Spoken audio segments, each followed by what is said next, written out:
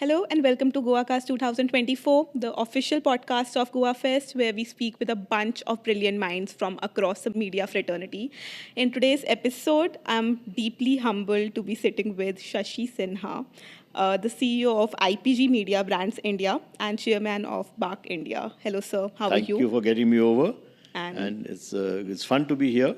Fun talking to the official podcast for Goa Fest. so, sir, this year we are celebrating adaptability, and so far we have heard a variety of perspectives at the fest. What's your take on it? My simple take, the example of Goa Fest being in Mumbai can't be a better example of adaptability than that. Think about it. Definitely, I yeah. was part of that, and frankly speaking, and I don't mind admitting it, 2 months back when there was a court committee meeting, I remember saying to Prashant PK, saying that let's not do it. And PK said, we will do it. We will do it. And then I said, okay, you think through. And he and Rana got together. They came to Mumbai. I mean, to pull this off in 4 to 5 weeks is tremendous credit to the team and to these two leaders, particularly PK. They can't be a better example of adaptability. Yeah. Yeah. So you assumed the role of chairman of BARC 2 years ago, correct? When the industry was going through so many dynamic changes. So what specific changes have you witnessed firsthand, and how have you and your team responded to those changes? So, firstly, my wife says I'm a glutton for punishment. It was a tough role. It's one of the toughest roles in the media scene because the entire business operates on that. BARC, as you know, went through a lot of challenges in the public space, the whole background there. So I think one of the capabilities, in fact, wherever I go, people don't talk about my company, they talk about BARC. And this morning I was having a breakfast. So one of my, call it my strengths, call it my weaknesses, I talk. I mean, one of the things with BARC was because of a variety of reasons, the BARC management and the BARC leadership they would go into their shell. Yeah. There's a lot of stuff they do right. Some things are wrong, but there's a lot of stuff, which is great. There's modern technology, a lot of stuff. These guys just don't want to talk about it. And, I have noticed that in life, if you talk a lot, you play your hand. So you're exposing yourself because then you hear someone respond and you have to take feedback and go and implement. But if you talk, at least the other guy knows your intentions are honorable. This morning, with a couple of broadcasters, a senior guy sitting and having a chat, I said, hold it. Let me give you a perspective. Right or wrong, this is my view. Counter that. So I think the ability to, talk to people, whenever the opportunity, I never duck. Any journalist calls me up on this, I never ever duck. And this age, I don't need to profile myself. But on BARC, I'll always talk, and I think that's the very big, if I may say, a different change which has happened. You said BARC has done some of the things right and some of those were wrong. So what were some of those right things? And in fact, what are some of the things that brands are doing just about right, navigating this very challenging landscape? So that we're brands, in? I think coming to brands first, then I come to BARC. I think the brands are realizing that not every question can be answered. I think when you start from a premise that I don't have all the answers, that itself is good enough. The second thing is in the old days, especially conventional advertisers would come from a very long process. They're now realizing that you don't need perfect information. Let's move on with life. I mean, I've seen Sanjeev Mehta, day one. Unilever or Hindustan Unilever was the epitome of marketing. And they would go through the entire process. And now they're turning around and saying, listen, let's not look for perfect information. Let's move on. That's a very big mindset change. Go on. Coming to BARC, I think in BARC's case also, we can get bogged up in getting the ratings right. Or we can say, let's keep experimenting a lot. So we're already experimenting. So ratings right has many, many facets to it. For example, we're launching a premium channel. Now things like this, you and me are discussing. Probably it won't be caught on the mass media because BARC is lowest common denominator, catches the mass media, the Anupamas of the world. But I say, why don't you do premium? What are premium people watching? So there are many initiatives we're taking parallelly. So I think the ability to move fast, I'm a big believer, by the way, of execution. So if you move with speed, you move fast, you make some mistakes, doesn't matter. So two things will define my life: talk, communicate, talk to people, and move with speed. Amazing. So, with the pandemic, just changing the entire way the consumers consume media today and consume content today, has it in any way, in fact, the OTT has also gotten a very big spike ever since 2020. So, has it influenced the way BARC now collects and analyzes data? So, interestingly, BARC is, unlike what people think, BARC is not about lack of capability or lack of technology. So it's an industry body, stakeholders, control it. And it's what the stakeholders want. We cannot. So let me give something very interesting. I'll say to you. I was coming from a panel where Sunil Kataria, who was the president of ISA, and Shashank Srivastava, the director on Maruti, were talking and saying the holy grail is cross-media measurement, measuring TV and digital together. And I was smiling. And he said, "Why are you smiling?" And the reason I was smiling was BARC for the last 6 years has the ability to measure TV plus digital. We have a panel of 55,000 homes. Within that, there are 12,000 homes which have a smartphone panel. So if you are watching television in your home and you're watching mobile at the same time, we can see that. I see the data, by the way. I see the data, but because of stakeholder reasons and a variety of factors, it's not in public space. So it's not about capability, it's not about technology, it's not about the understanding. It's about getting all the stakeholders aligned that we must do this stuff together because the industry body. Yeah. So how do you see the balance between traditional TV viewership and digital? They have the pros and cons. So at a very simplistic level, television still, to a great extent, is family viewing, is overall viewing. Digital is personalized viewing.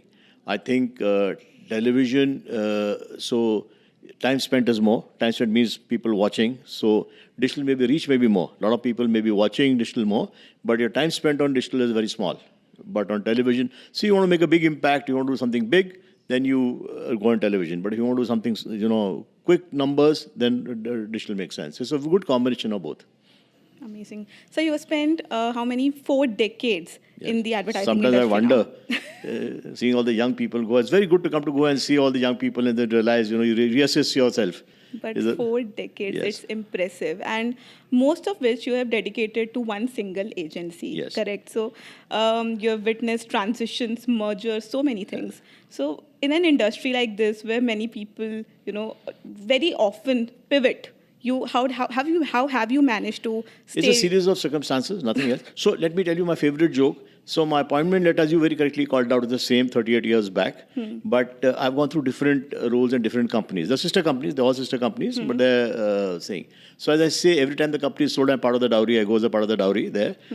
So I think it's not that I've thought through it in great detail. I found great mentors, and I always never tire of talking about it. I was very lucky at a young age to meet Dr. Kurian, the gentleman who started Amul Federation.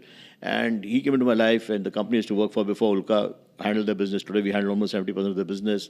He was a legend. He taught us a lot. He taught us values, So I think it is enjoyable working with them and say, listen, when you enjoy, why would you want to change? Money is always there. People always say people live for money. That's wrong. Money is hygiene. But after that, people work for people. There was a great boss called Anil Kapoor who was there. So these two people made my life. So after I enjoyed it, all of us get offers. I got many. So why should I? Because now no one will give me a job. But at that point in time. So what were some of those values that you took from them that shaped your entire leadership? I think there were 2-3 things. One, have confidence in yourself. Have faith in yourself. In advertising, a lot of times it's a service-driven business. So while we speak, the speak here is everyone says the right things. That we must do this. So there's a speak which operates. But when you're in daily behavior, people are different. So I think what Dr. Kurian used to say, and he taught us through examples by leading from the front, that, and Anil also, that you must stand for your conviction. You may not be right, sometimes be beaten down, but at least stand up for something. So that was very good. You don't have to say it, but you have to stand for your conviction. I thought it was a great thing. That was one. Hygiene, par for the cause of integrity. That, be integrity. Not integrity just means financial integrity. Integrity, dealing with people, be fair to them, talk to them well. So many facets and forms of integrity. So every single person in the industry praises you for your art of enduring relationships, art of building enduring relationships. Thank you for saying that. Thanks a lot for saying that. So any tips to how to master that skill? Very difficult to give a tip. I don't know how to. Firstly, I don't know where you picked it up, but thank you for saying that. I'll tell you why. And I'm proud of this industry, And I do a lot of industry work. In fact, my people joke that, are you here because you're working for the industry, less for the company, And so, this part, this is not speak, this is coming genuinely from the heart. I'm at an age where all this doesn't matter. I've worked for so long. So for me, I come from 2-3 belief systems. One belief system is that if the industry does well, we will do well. For me, it's not about my company doing well at the cost of someone else. This is a small industry. At the end of it, while we are very glamorous, we are big, we are talking of scale, but the revenues we make compared to some other industries is small. The surface, mark my words, you are very young. Mark my words, 20 years later, the scale of this industry will be dramatically, exponentially different. I'm saying this for many reasons. I don't want to waste your time explaining it to you, but someday I'll do a primer course for people on why I believe in what I say. So if we manage to grow this industry in the right way, there's more than enough for everyone. Correct? So for me, life is not competing. We compete by day. We are pick up. So when people see that once, twice, thrice, they see it that more often than not, the reason is to do something for the industry. Byproduct of the company. Yes, I have to protect my company's interest. So I never do anything. So I think that itself drives me. And when people see that the intentions are honorable, like I said in Bach, there are many mistakes we have made. I personally made mistakes. I personally shouted at people. But I'm sure they may not like what I say. This morning I was saying to a very senior broadcaster, I was giving it back to him. But I hate it when I have a tremendous sense of pride. So when Bach is not my organization, industry body, but someone says anything about it, I give it back. Correct? So he didn't like what he was saying. Maybe he's right in what he was saying. But he would have seen my belief and my sense of fairness that, I will not say it for the sake of this thing. So I think these two things, if you're caring for the industry and you have a sense of fairness, then is there anything that you believe you could have done differently if you many were back things. then? Many things. For example, what? So I think, so that's a good one to think through. See, when you come to a stage, you think you've got everything right. But there are many things which you could run. So, I have a great belief that people matter. And if you see my co-leadership of 10, 12 people, they've been with me for many, many, many years. I mean, we are the longest. Two of our CEOs who started as trainees with us. After two big companies, Lodestar and Initiative, both the CEOs started as youngsters with us. I mean, they were out of college. They given their life to this organization. So that's a great strength. But maybe there's merit in bringing in some fresh talent at senior levels so you get a fresh perspective. I have this whole, call it bias or whatever, that we have to work with people who are insiders. When I say insiders, means mentally insiders. You become, so first you become, I don't believe in the concept of skills. I believe in the concept of that you are culturally aligned, you're on the same wavelength, then skills come. Now, in a lot of areas of our business, skills matter. Yeah, so we have to find a way within this framework of what I've created for myself to have people who are may not be your kind, may not necessarily fall into your wavelength, culture, whatever, but are extremely bright. You have to learn to deal with them. What are some of those skills that will matter in the next 5 years? And what's your one No, piece of advice? For example, within the digital space, there's so many skills which are possible. Analytical skills. It's not that we don't have people; we have people, but there's so much, so much capability outside to create partnerships. If you ask me, my natural inclination will be do everything inside. My team is better. So I'm not saying my team is not better. My team is good. But a lot of times talent may be better outside, maybe best to collaborate. I'll have a bit of a roadblock to that.